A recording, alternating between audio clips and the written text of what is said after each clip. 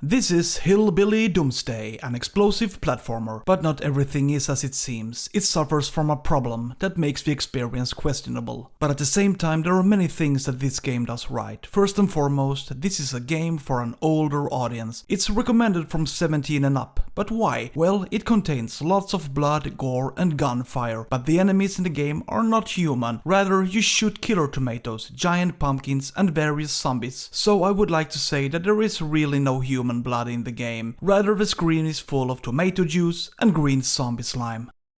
Just look at these pictures. I mean, if you love exploding enemies, if you appreciate something more than the usual, that is, splatter effects on the right and left, then this can definitely be a game for you. All enemies in this game completely explode. But even though the splatter animations are fun, there is something else that is not as entertaining. There are only a couple of different enemies in the game. Apart from the tomatoes and some zombies, it quickly becomes clear that most things are the same. Much later in the game, some new enemy types are added, but I would estimate that in total there is about 10 different opponents to fight with. I would have liked more variation. However, the bosses are entertaining. At the end of each stage, a boss is waiting. They are different from all the trash you would otherwise fight against. They all have a couple of different mechanics that make each boss unique, but I would like to say that they are relatively easy to eliminate. I managed to one-shot most bosses without dying, but above all, it's fun with varied challenges. The only boss who felt a little boring was this one. Well, it's not really a boss. There are only a lot of zombies that spawn. If you eliminate them all, you win.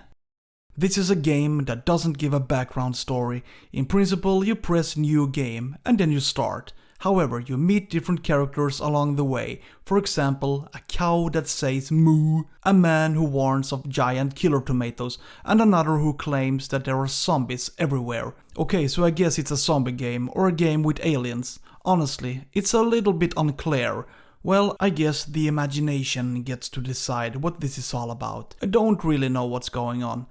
What world am I in? Why do I chase giant tomatoes? And why do I interact with cows that say moo? These are questions that are difficult to answer, but one thing I do know, this game has no heavy or long dialogues, but without revealing too much, it becomes a little clearer what it is about the further into the game you get.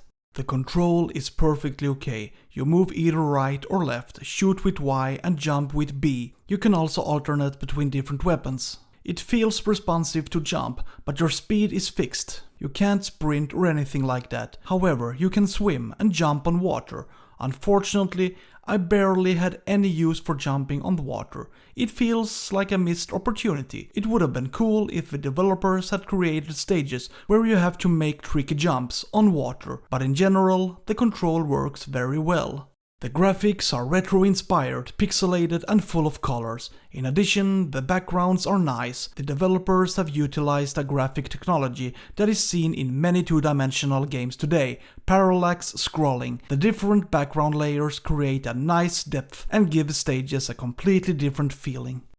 Hillbilly Holiday is a relatively short game. It's possible to complete the game in about an hour, but it contains lots of action-packed moments with many enemies at once and explosions. You can also buy different weapons, for example a flamethrower or a shotgun. I think this is good because it allows you to find the weapon that suits you the best. I usually saw myself use the flamethrower, but it's not perfect. It has a fairly short range. However, it's fun to see how it burns through all opponents. The first 4 courses have a good flow. I didn't detect any problems with frame rates, despite everything happening at the same time. However, there were problems later in the game. For some reason, the last courses went really slowly, and this is also the game's big problem. It went so slowly that the control felt completely strange, as if you could not control or time your jumps. You also risk dying because the enemies continue to attack, but nothing feels responsive. I have hopes that the developers fix the problems, then this can be a pretty nice game, but as it is right now, there are some things that need to be improved, at least on the Nintendo Switch.